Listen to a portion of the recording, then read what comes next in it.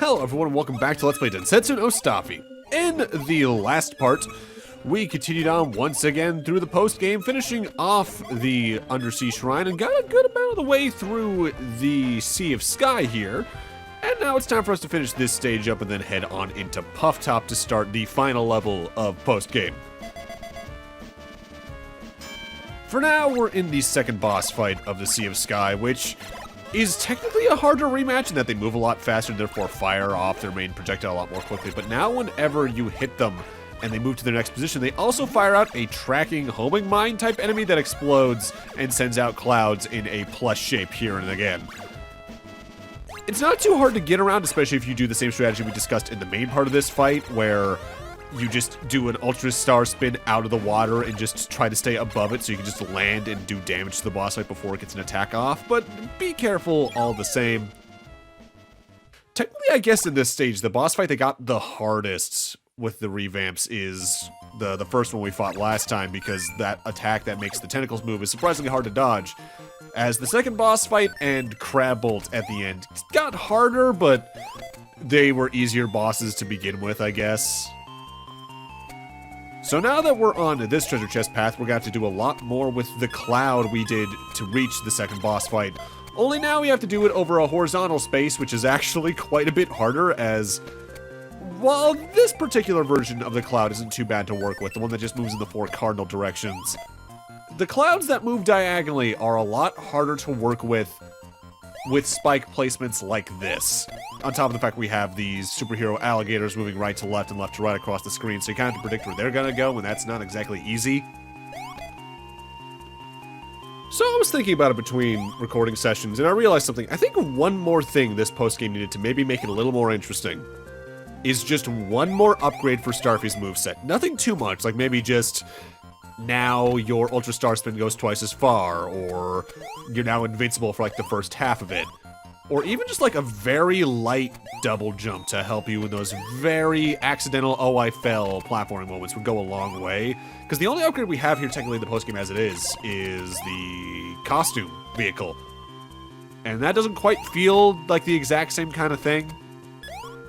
So as you can see, this is what I was talking about, where the diagonal cloud is kinda hard to work with here, because if you get knocked off the platforming remotely, you're just gonna go in a completely different direction, and both the spikes and the superhero crocodiles can do that to you. But now we're done with it, and now it's just time for another auto-scroller.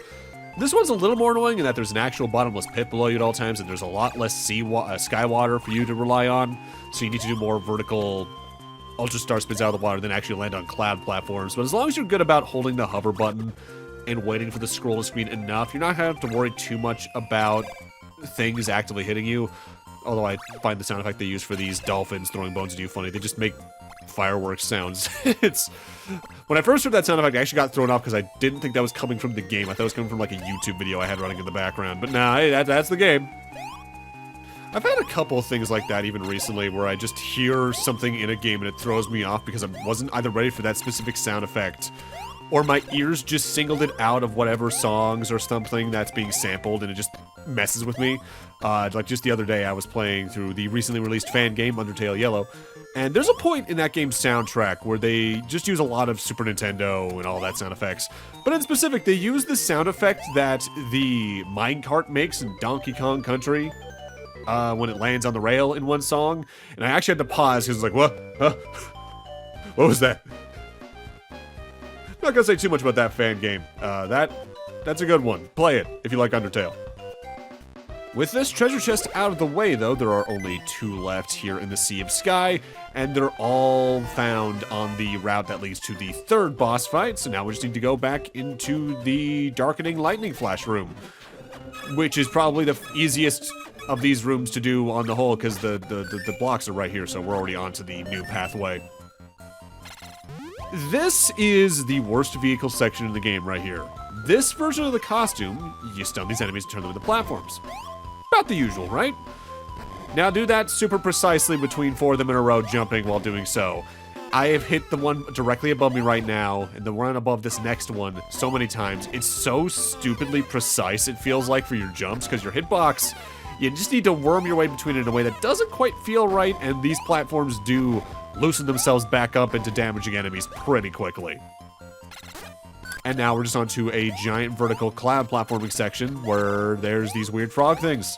Keep jumping on the left of them and you'll reach the treasure up at the top eventually. You know, thinking about it, I guess, there probably is some merit in not only just messing with the order in which you play through these stages, but also potentially doing them, like, backwards almost. So, like, you start with the post-game revisits of the final stage, then you go all the way back. The only thing is, I think in order to get the 100% ending, you might still need to beat Ogura again. So, what you could maybe do is do, like, Lawber's Cave, Sea of Sky, Coral Reef, all that, and just alternate until you reach Puff Top at the very end of that. There's probably much more interesting ways to go through this post-game is what it comes down to than the way I tend to do it. For now, though, it's time for our rematch against Krabolt. The main difference this fight gets is, while yes, you can still use the Ultra Star Spin out of the water to reach him and do damage beforehand, for a lot of the later hits, he's going to stick high up in the sky where you can't reach him. So what you actively need to do is ride the various cloud platforms up to him and then get above him to do damage. On top of that, the clouds will now actively fire their lightning balls from moment one, whereas I think back in the last fight, they only do that in like the last 2 or 3 shots, whereas here they do it pretty much off the bat. This is probably one of my favorite updates that a boss fight gets in post-game, only because it actively completely changes how you interact with them in a way. And you know what? I appreciate that. But again, you can take out most of the lightning bolts this thing fires out with just a simple spin, so you don't need to worry too much about it. If anything, you can actually have some funny stuff happen where you just completely melt through all the claws and into the boss itself because you're just directly above them. Now, I've obviously been very outspoken in the past and even in this LP about how much I don't like darkness platform mechanics. I think they're usually some of the worst just for the pace breaker of it all. But I've liked how this game generally does them because you can still see enough of the stage, at least on non-launch GBA screens, to the point to be able to get around. They get a little too close to what I dislike coming up here because the platforming section that we get after beating Krabolt past some sealed blocks is a more traditional style darkness mechanic room. But I don't mind it because, for one thing, it's literally just the one room. But also, it's very short, and for a rare change, I feel like they actually do a good job at making the lightning pulse in and out the darkness, like, in a way that doesn't really feel like it impacts the pace. Helps that you can just hover over a lot. I would just make sure you take out these enemies along the way, because otherwise you're not getting them into your picture book. If you make enough good running jumps, you can make it to the end very quickly, and that will finish off our time here in the Sea of Sky. Again, I like this level structurally for the main campaign, and I like it enough here. This that some of the platforming sections they add in after the boss fights go in a little long on a first run, but oh well. All the 6 treasures that remain are now in Puff Top, so we're almost done with the postgame here. Also, I may have gone a little nuts on this particular run, refighting the Pearl Keeper flower after the hard minigame in order to max out my pearl count on that playthrough, so we only have, what is it, 276 left to go before our star pearls are maxed. But before we head in there, if we check our book, I am showing off that I've seen basically every enemy along the way in the game, except for one. Back here in the Undersea Temple, there's this magic set section. I talked about this, I think, even on the first trip here to the Undersea Temple, that I forgot to go do this, because for some reason I see that door and always think it just leads back the way we came. The one enemy I'm missing is the thing that I just took out right then and there. So if you've been using this as a guide, this is all you should be missing. If you check your picture book after this, every entry in it outside of Puff Top should be filled. There's still going to be plenty of missing enemies in Puff Top itself, but we'll talk more about that as we go throughout it. And hey, not for nothing, this section's also pretty good for getting some star pearls in, so if you're trying to get towards that max. Again, there are good sections in every stage, just that the best is just the Pearl Keeper in the Sea of Sky, or maybe just continuously running through either that room about a third of the way through the Undersea Temple, like just below where we are right now, basically. Or I guess it would also be pretty useful to do just runs of the Sea of Ice over and over again, start to finish, but that takes a while. For now, let's get started on Puff Top. Any last advice, Mo? Hey, are you even taking this treasure hunting seriously? Surely even you should be able to see those sealed blocks right below us. Why, yes, I can, but first I want to come up here to this room. You could access this during our first visit here, but you can't do anything there because you can't get the costume until post-game. This is by and large just another Star Pearl room, but it does have technically another new enemy for us, although it's a repaint of one I think we saw back in the, I want to say it was the Sea of Ice. Either way, you roar and they rise up. You just need to make sure they catch you before you hit the spikes like that. Oh, God. A little close in some cases because the thing with platformers on the GBA that you always run into is even if they are good about not having screen crunch, like admittedly even the Mega Man Zero games have a good amount of, especially in Zero One, you have a lot less vertical view space than you do horizontal, so it's much easier to get blindsided from above or below on basically any platformer on this particular handheld. And that's not exactly a problem in a lot of Super Nintendo, NES, or otherwise platformers. It's just a lot more common here because of the real estate we have to work with here. But again, this is like one of the few times that actively comes into play in this game in specific, just because it's an off-screen spike jump, so oh well. Alright, behind door number 1 is a catfish boat segment. As for the general locations we're looking for here for treasures, there's one right here. The next 3 are all in the areas where we were looking for the other Puff Top kids during the main campaign version of this stage. One in each of those Ever Eye rooms, essentially. The next one after that is actually right near where the final boss is, and of course the final boss themselves, their refight has the final treasure. And if there's any boss that'll give you trouble, we'll talk more about this next part, of course. It's gonna be your refight against the final boss, because, oh boy. That right there, by the way, is also a new enemy. So there's 2 new enemies in this section. Speaking of the Ever Eyes, by the way, you're gonna hate this room if you disliked them earlier. This is a gigantic maze-like room where we have to deal with these things the entire time. They place the green walls you can hide behind very regularly throughout it. There's also a unique enemy you have to take out for your picture book at the top left, so you need to be a little dangerous here. Now, I brought up when we saw these things in this level in the main campaign that the timers are radically inconsistent. It's essentially random how long they last. This room showcases that better than any other part of this level because sometimes they'll be going for like 10, 15 seconds. Other times they will end within like 2 or 3 seconds. So you need to rush, but also try to take your time and observe how long they take like that. It might depend on what part of level design you're near, whether or not this had to take a while or not, but I think it is just purely random. I don't like this room at all, especially because the last jump to get the treasure chest is one of those that's really rough to work with because you're jumping out of water to reach the chest. And they want you to use basically every maximum tile you can get out of an ultra spin jump out of water to its best effect, and that...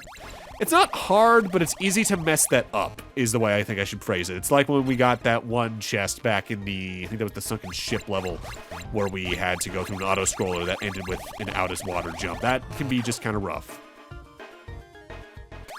There is something a little bit weird feeling about this room in that I mentioned during the main portion of this level during the campaign that if a single point of Starfy's shape is outside the green wall, you're gonna get tagged and you have to start the room over and you lose some HP.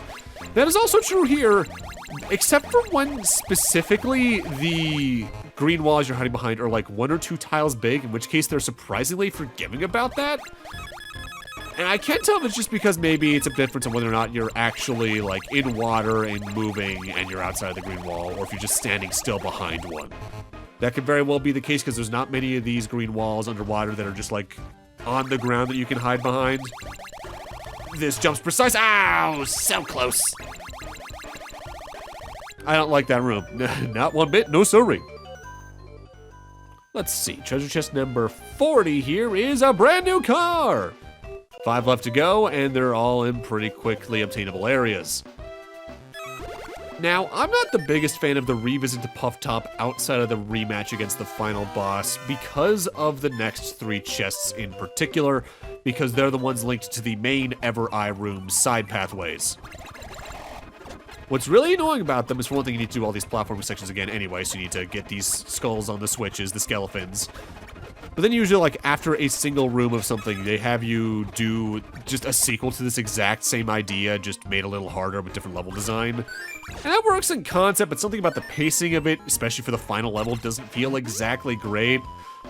Also, some of the tightest jumps with a costume in the game are in this particular section. More so because of the distance they want you to cover with some of the early and late ones. The only enemy around here is, again, one you just turn into a platform, although jumping on top of this thing to get to the platforms above you can also be a little tight unless the game's surprisingly forgiving in that case. Also, we're seeing a little bit right here, the thing I was talking about with the costume before, where sometimes, because of the rate enemies follow you, you do kind of just have to game around them using your roar to get them into better positions, and it doesn't exactly feel the most graceful. But from memory of what the costumes work like in Starfy 5, which is a little loose, admittedly, they do better about this in later games anyway. It really is probably just first game syndrome coming in a little bit here and there. Alright, so in here's where things start getting a little less interesting. Now we just need to do the same thing we did in the first areas, except we have I think it's a faster and more aggressive version of a skeleton that might also stay down for less time than the main skeletons did. In some regards, it's harder because the level design you have to curve around is a little harder to get around, but at the same time, I think the fact that they're actually faster means that it's technically an easier section, as you're not having to wait nearly as long to kite the enemy around. On top of that, you've got cases like this where they place the switch in a very deliberate position wherein you don't need to do a lot of kiting back and forth in the case you take too long to get back to the door. You can just kind of stand in one place and then rush the door and be fine. If anything, the harder portion here at this point is actually just moving the barrels around because, again, pushing things around in Starfy doesn't exactly feel graceful. There's a reason you don't do this too many times in the game. Like, what is it? It's just the barrels in Lobber's Cave, the barrels here, the barrels in, the singular barrel, rather, in Deep Sea, and Mo in Sunken Ship. So that's not many times at all. Something that is a little striking about the final level in particular, though, is that a lot of the side paths don't have a lot of star pearls for you to heal up along the way, so be a little more careful if you're going for these particular routes, and when you go for these particular routes in specific. There are still plenty of star pearls in the main portion of the stage, but they are a little bit more conservative with them here. Mind you, not that it matters to me at this point, because for one thing, death isn't a big punishment in this game to begin with, but also, I'm almost done getting my star pearls up, so I don't need to worry about grabbing every single one I see along the way. Anyway, these little fish enemies can be particularly annoying if you're just trying to bum rush them immediately when you see them, because when you get close to them automatically, their attack is to just fold up into a spike ball. But if you just take out one and then focus on dodging the rest, you don't need to worry too much, which I guess kind of summarizes the enemies in the game to begin with. Chest number 41. Luigi's cap? Oh no, he's dead. Let's see, I forget which room we go for next in the Ever Eye room. I want to say we head for the room on the right. Also, this is one of the few times you get to see there's actually different animations for how many star pearls you get in a given level. I think there's 3, there's a lot, there's a good amount, and then there's basically little to no star pearls reward animation. Which, it's cute, it's cute. Again, this game's adorable, but sometimes it just feels like they go on a bit long with things. This is the worst mole tank section of the game, not because it's actually hard to platform around, but because I'm not sure if these enemies are ones you actively need to defeat in order to get into your picture book. But you can only defeat them if you're coming up on them really quickly and especially hit them from behind. So what I actually end up doing when I get towards the end of this particular section is jump cutting after moving back and forth a lot to let these enemies respawn over and over again and gain speed, and then just take out, I think, the exact one that just went away right then. It doesn't feel great. It doesn't feel great at all. Again, at least the mole tank sections aren't hard at the end of the day, but I don't like how its ramp up works with speed in particular. Alright, there's the exit, so now it's time to go back and kill that enemy. So, the main path of this entire section was based on spike ball rotation, so their way of making that harder is just making an outright platforming section out of it instead of you swimming around. Although this section does actually have one of my favorite enemy names in the game in the picture book. These things. They're just called chickens. There's something about them just being called chicken that I find funny. On top of their little, I guess chickens sort of do have mohawks, don't they? Like chickens and roosters. I never really thought about that. But also we get the return to the space background, which I didn't mention it during the main campaign. This game overall looks good for a GBA game, but the backgrounds especially, when they're like high detail, they're gorgeous looking for a GBA game. Alright, there's that treasure chest, so that means the only one remaining in the Ever Eye room is the one at the bottom door. Chest number 42, a lollipop! But more notably, with the star pearls we got along this particular route, we now have maxed out our star pearl counter, which means our postcard is going to be completely maxed because the final person added is at quad 9s. So let's take a look. We've never seen them before. Keep that in mind. I like the completed postcard though. That's really cute looking. The sprite work here is fantastic. It's an annoying thing to grind up, but I like it all the same.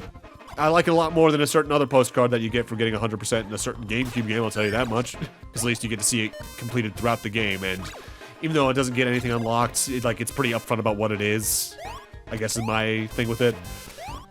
Rewards for 100% range from being just nothing to nothing that feels good to get, in a way. Because I think there's a big difference between, like, Mario Sunshine giving you that postcard for going through the effort of 100%ing every level in that game, to games that literally just go, congrats, you got 100%. Because at least when it's just the congrats message, it's like, all right, yeah, they're pretty upfront about it, but I feel accomplished in doing so. Whereas the postcard's like, I went through all of that for that? All right, this section here is kind of interesting. We have these enemies that work like the frogs from the Undersea Temple, but our main gimmick here is actually avoiding every door along the way. These all take you back essentially to the entrance of this very room. So you need to smartly use your star spins while in the main part of the water or bouncing off the walls or floor in such a way to avoid them, especially coming up here at the end. And I like this a lot. After this, the last two treasure chests are both gotten over near where the Ogura fight is. And we'll show this off at the start of the next part, but just so I have it in this video as well. The way you get to the boss fight section here in Puff Top is by going into the first room with the Ever Eyes. It's like the second room in the level, technically. And then talking to Mo immediately there. But with that, I'm going to need to end this off here. Thank you guys for watching, and in part 15, we go finish off the post game. See you guys then.